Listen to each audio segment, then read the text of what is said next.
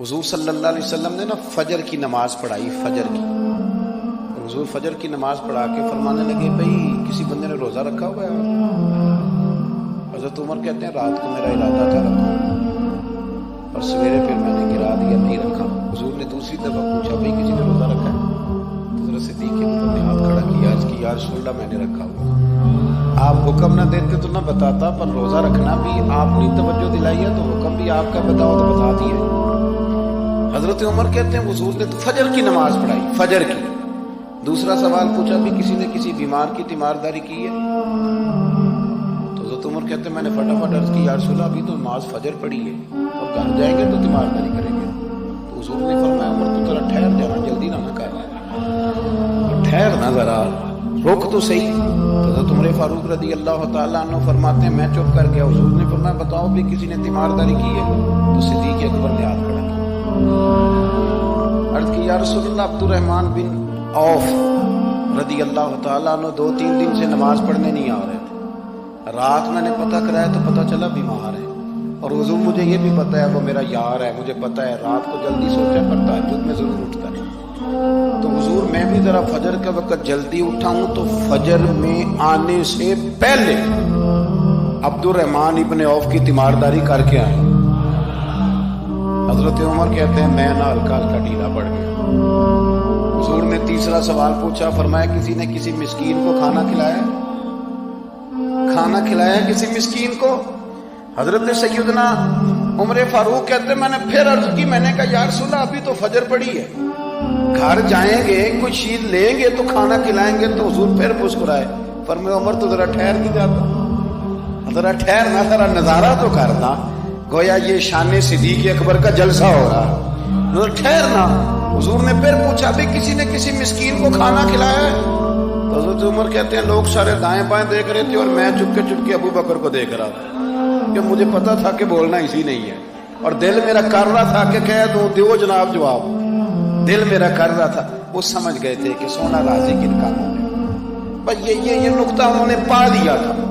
حضور نے فرمایا بتاؤ کسی مسکین کو روٹی کھلائی ہے؟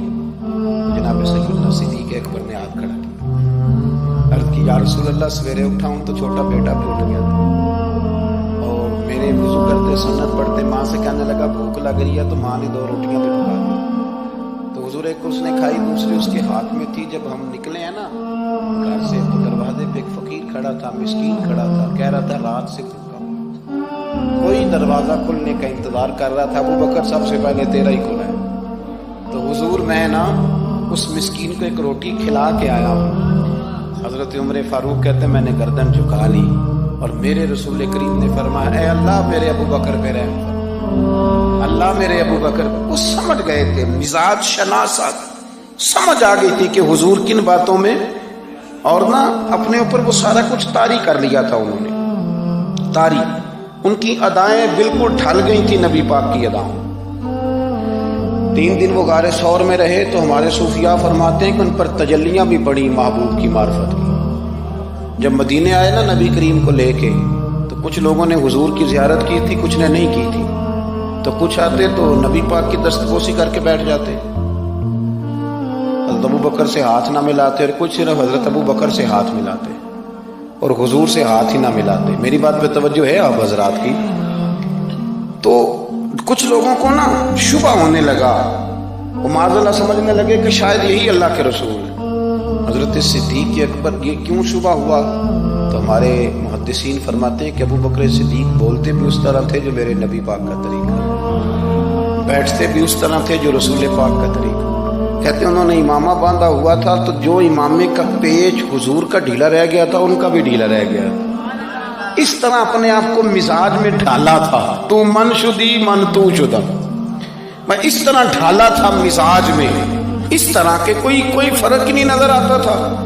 وہ کہتے ہیں جب حضرت ابو بکر صدیق نے دیکھا نا کہ لوگوں کو تو شک ہو رہا ہے، کوئی میرے ساتھ ہاتھ ملا کے بیٹھ جاتے ہیں، تو حضرت صدیق اکبر نے کہا کوئی ایسا کام کرنا چاہیے کہ پتہ چلے آقا کون ہے غلام کون ہے. اٹھے، کندھوں پہ چادر تھی، وہ اتار کے نہ تو حضور پہ سایہ کر دی. لوگوں کو پتہ چل گیا کہ سایہ کرنے والا کوئی غلام ہے اور جس پر سایہ کیا جا رہا ہے وہ آقا ہے. کیا خوبصورت نقطہ لکھا ہے مفسرین نے شارحین فرماتے ہیں تھوڑی دیر کے لیے، تھوڑی دیر کے لیے، تھوڑی دیر کے لیے حضرت ابوبکر صدیق نے حضور کے سر انور پر اپنی چادر کا سایہ کیا تھا۔ اللہ کے رسول نے احسان کا بدلہ یہ دیا، نیکی کا بدلہ یہ دیا کہ قیامت تک ان کی قبر پر اپنے گنبد کا سایہ فرما دیا، قیامت تک گنبد کا سایہ کر دیا ان کے مزار پر انور۔